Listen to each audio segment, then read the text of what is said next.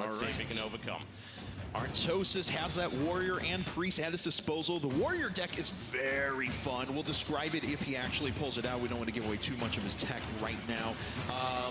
But I don't know, man. I think both of these decks have a chance. It's the warrior deck. All right, so this is a deck that's very based around a lot of weapons and a lot of charge. And a lot of minions that continue to do damage to yourself in order to gain up attack. So that hand.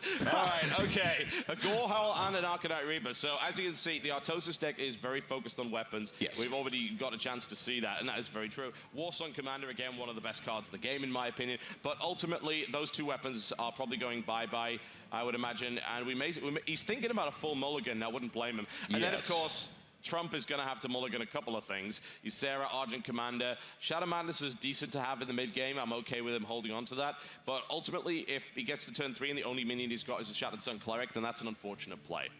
All right, so what's he going to get rid of here? I agree with you that Ysera and Argent Commander at least is going to go away. If he doesn't have any other cheap minions right away, though, you know, Shattered Sun Cleric is fine as a 3/3 body by itself, but he's going to want to make sure that he has a target for it.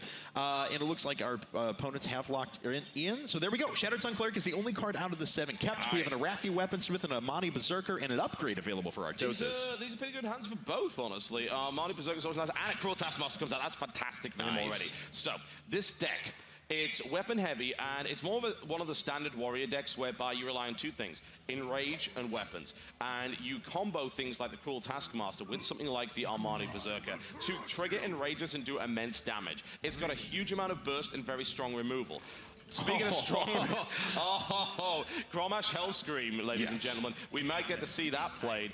And of course, it's going to take a while for that to come out. But out comes the Armani Berserker, a really solid opener. And the follow-up to that is probably going to be Cruel Taskmaster. However, there is a Shadow Word Pain, so that means he can get rid of that pretty much immediately if he wants to. He's thinking he's going to coin into a 3/3. I like it. All right, that's fine. But this Cruel Taskmaster means he's about to get hit for 7. All right, so because Cruel Taskmaster has a battle cry, deals 1 damage. He doesn't even need to do it. He just pulls the Fiery there you go. So he can just kill that 3/3 off immediately, and he can hold on to it, and then he could even upgrade the turn after that if he so desires. Yeah, if he wants to keep it around. Upgrade, of course, it's an option card. If you don't have a weapon equipped, it gives you a 1/3 weapon. If you do have a weapon equipped, it gives that weapon +1/+1. So it sticks around, it gets just a little bit better. It's a really nice card to have. Ultimately, you generally don't want to play the weapon with it because it's kind of a terrible weapon. It's the worst one in the game. Ultimately, but regardless, Fiery War Axe is definitely a possibility here. He's thinking about that Cruel Taskmaster play, but he also knows that there's a couple of really awkward things. As a priest, you can actually heal an enraged creature and cancel the enrage, which is a little bit annoying. But he's going to go for that play regardless. This is what happens. Damage is done, buffed 7/2. Strike right at him. There we go. Now that is what I call a little bit of aggro. That is an impressive amount of damage here. Let's see, Youthful Brewmaster comes onto the battlefield, but that's not going to be enough. Of course, that Shadow Word Pain. He's going to trade that. Of course he's going to do that. He has to play a second Shattered Sun Cleric without a buff. Very suboptimal. He's probably not too happy about that. And he's not happy about the 7 damage he just took, too, with basically an empty board state. So Leopard Gnomes are in this deck, of course, because there are 2 1-for-1, which does 2 damage to your opponent as their Death Rattle. So it continues that aggro going forward a little bit. We could see a combo of cards art here. Arathi Weaponsmith, not going to be used for a while. It looks like we're just going to use the 3/2, swing through, take out the Shattered Sun Cleric, and then swing in for 2. Yep, and there's the Leopard Gnome coming out as well. So that's a really good start for Artosis, honestly. A very good start indeed. He got exactly what he needed to start the early game pressure off, and this deck relies on being able to carry that through. If at any point you sort of lose that momentum and stop being able to do damage, things become problematic. Okay, so he can get rid of the board here if he wants to, but those are his only 2 Shadow Word Pains. Now you might think, oh, well, it's just a 2 cost. But in this case, what we're going to see is the Chillwind Yeti come out, which definitely the right call. In a Rage, however, coming out here as well. He might want to hold on to that for an Enrage card, though. Now, as we want to point out that we were talking about Warsong Commanders before, and that's a lot of the crux of this deck here for Artosis and a lot of his late-game finishability as well, because it does give all of your other minions charge. And that's the kind of thing you really want to be able to use a Shadow Word Pain on as you go through the game.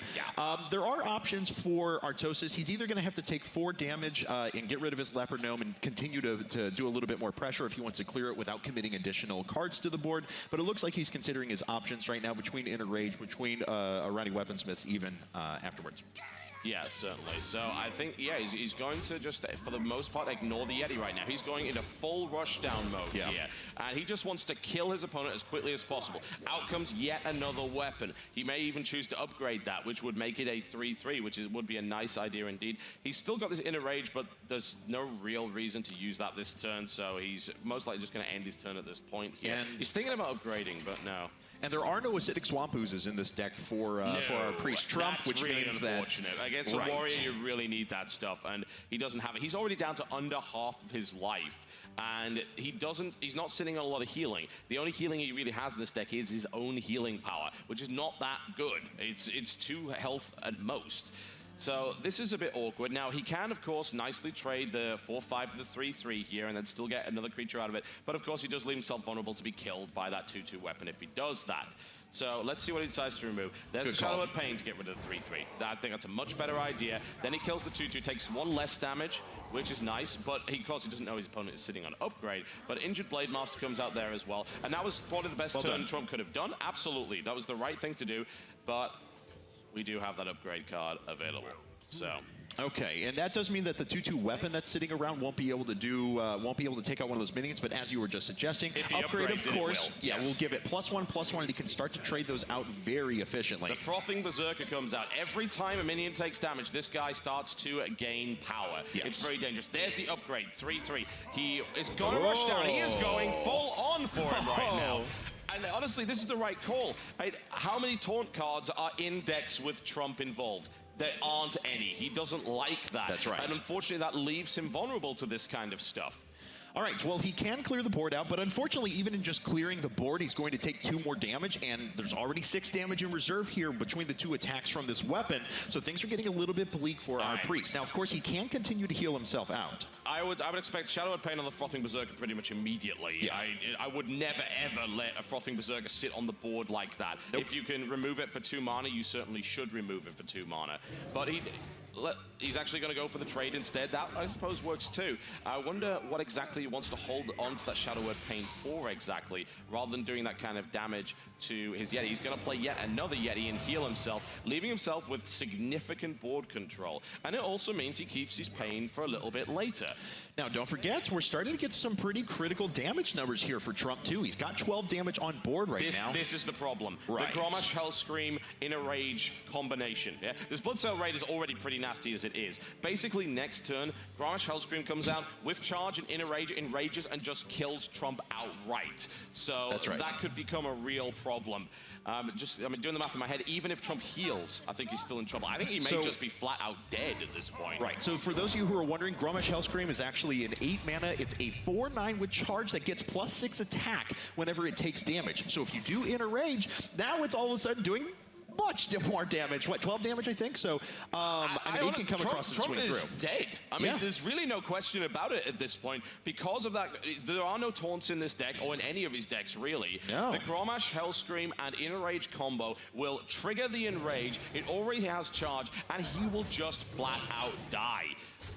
There's no way out of this at all. Artosis absolutely knows it. Sylvanas Windrunner might be nice, but it's not going to do anything because he has no idea what's coming at him right now. It doesn't matter what comes in because Grommash Hellscream is going to come out. Inner Rage is going to come out. Grommash Hellscream is going to murder Trump right now. Out it comes. There it is. 12-8 charge. GG.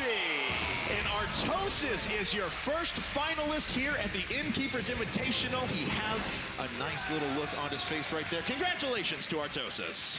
Excellent play there by Artosis. Probably low to have to show a second deck right there, but that is a nasty one indeed. He got everything he possibly could have wanted in that draw, and unfortunately, it seems a lack of taunt may have caused a few problems there for Trump because he was rushed down. Artosis wasn't even concerned about dealing with the minions on the board. He just wanted to kill his opponent. All right, there we have it.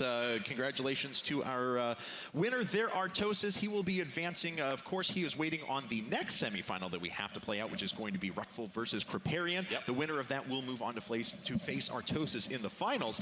And whoever gets there, I gotta say, between that Paladin deck and that Warrior deck, we haven't even begun to see the power of the Priest deck that Artosis is bringing. I'm looking forward to hopefully seeing that Priest deck. So sorry, Artosis. I hope it goes to Game 3 or Game 5. But one way or the other, there we go. Trump has been eliminated. A bit of an upset for a lot of people, I would imagine, who he's already won smaller online tournaments in the past, and he's viewed as one of the best players. Unfortunately, Artosis really brought his A game this time around for him, and Trump is now eliminated and will, of course, be facing against either Reckful or Crip.